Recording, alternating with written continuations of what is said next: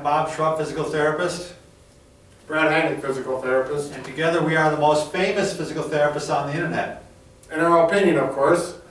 Bada bing. What are we going to do, Bob? Well, today we're going to talk about something that is very common to physical therapists. And it's a chart that we've been using ever since we've graduated. And I look back, and actually this was created back in 1960, so it's been around a long time. It's just really a standard chart that every therapist knows about. Yeah, And it was written or invented or created, I should say, by Alf, A-L-F, Nachemson. You can see that, Nancy? He was a physician. He was something. He was a dean of something, and he graduated in medicine, so he was a physician, yes. And then he had a position at a research hospital, I think, or a research school. But he just died in 2006. But what's nice about this, this tells you which positions increase the pressure on your back. And some of them are quite surprising. Mm-hmm. Wouldn't you say, Brad? Oh, yeah. They're not positions that you would think would normally put your back in as much stress as you would think it does. So it's really good to know this chart and really to have an understanding of it, especially when you're doing certain exercises. Right. And you'll know why we don't want you to do it. Why don't we start off with, what is it showing? It's showing an increased pressure in the disc. So Nancy, if you want to give us the spine. Yeah. Here's the big pitch. Yes. If you want to show our folks at home where the discs are. Okay. So what we're looking at here is we got the spine, the human spine, of course. This would be the head. Pelvis, and in between neck, thoracic, lumbar spine. And here the lumbar spine, that's what we're looking at here, is the pressure put on the back in the lumbar area, the low back, which is where the majority of back injuries occur overall. And this explains why the low back has so many injuries. I think that's real pertinent to everything that you do in life, and you relate it to back problems and back pain. So we're looking at the pressure on the discs, which are between the vertebra. Okay, got the sacrum here, we got L5, S1 disc, and so on and so forth up the line. And this are very vulnerable to injury, or they're one of the common things that structures that do get injured, cause a lot of grief and pain in people's lives. So we need to eliminate or minimize the stress on the disc as well as the rest of the back. So I think the point is, you know, he measured the pressure, how much pressure was on the disc when you're doing different activities. And if there's a lot of pressure on the disc, obviously there's a pressure on everything else too. Right. But wouldn't you agree, Brad? Yeah. So you know, it just gives you a good standard point to jump off of to say, okay, if there's a lot of pressure there, there's a lot of pressure on the back. Right. So Generalized. very simple. Why don't you focus in on the chart once here, Nancy? Are you on it? Okay. When you're just standing, they consider that to be, what, 100% of pressure on your back. Right, that's your standard pressure standing. You got pressure going from your head, way to your head, trunk and arms, forces going through your back. This is a good posture, of course. We're going to call that the norm of 100%. 100%, right. And if you lay down flat, On your back, naturally there's less pressure on your back because you're flat. The weight from the trunk and the head and the arms is now going to the floor, and that drops the pressure on the low back down to 25%. Okay. and I have another picture here which we don't have on here, but the person is laying flat on their back with their legs up on something, Okay. which is a common position that we have people put in when Sure. when they hurt their back, and that also is very low, 25%.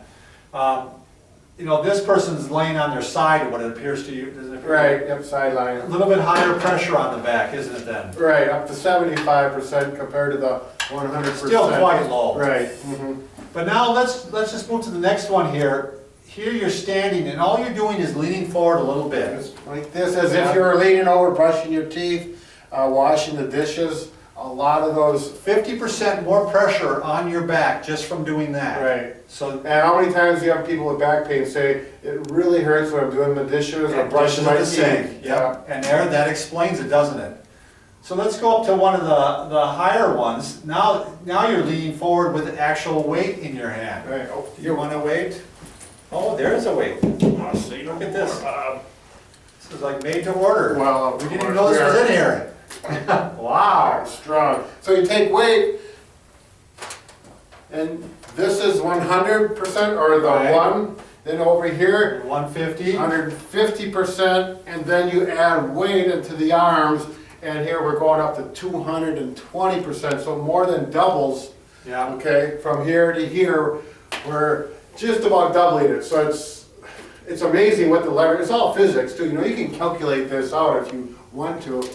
They did it more accurately With a than that. lever arm. Right. I mean, where you might run into this, maybe when you're making a bed and you're leaning over and you're There you actually go. pulling on sheets, you're Sure. actually lifting more, putting more weight. And I hear people who make beds for a living. My mom used to do this, and it's very hard on you. This is not, people think, oh, you're making beds. Right. It's a very hard task on you, and that explains why. Now let's go to some of them, Brad, that you wouldn't think that would cause Right. more pressure. But a lot of people think, when I'm sitting, there's no pressure on my back. Exactly. But look at this, just regular sitting with actually decent posture, it's more than standing, isn't it? That 40% more, up to 40% more. Now just slump a little bit. Or slump like that. Yeah. 185.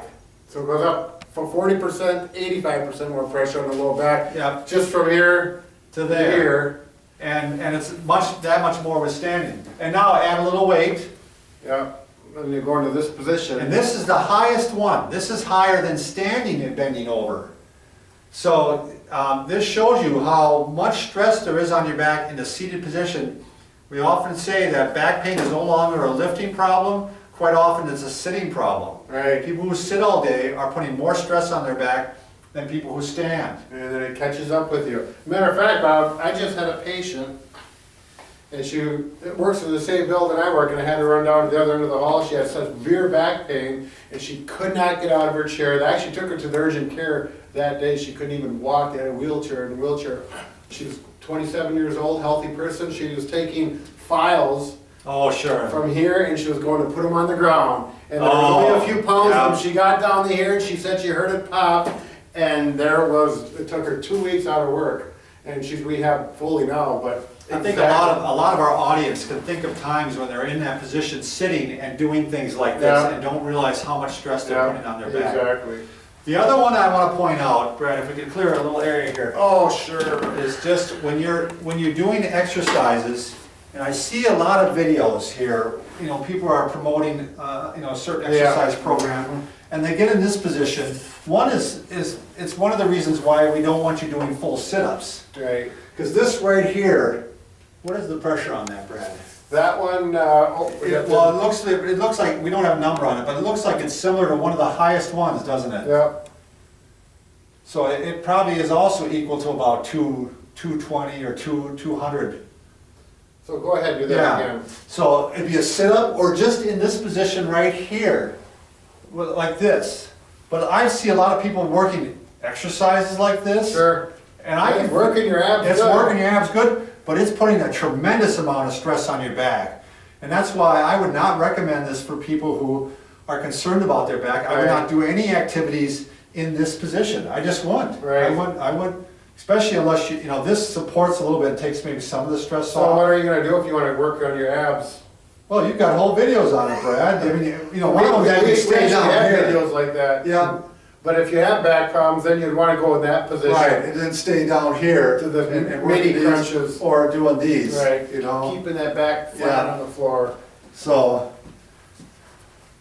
I think this, I hope this helps you, get you an understanding of how we look at people and why we see right away when they're in that position, oh my God, they could be hurting Right. themselves. And this is why people that work at a desk all day long can develop back problems, and then even if they're relatively sedentary and do not do a lot of lifting. You can look up this name, Knockemson, and actually the images that'll come up right away will be of this chart, so if you want to look at it, they got some different ones, some of them are in German, and so Sure. it's kind of interesting.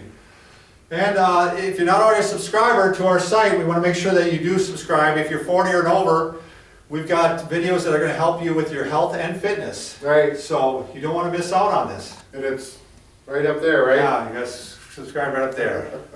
Thanks a lot.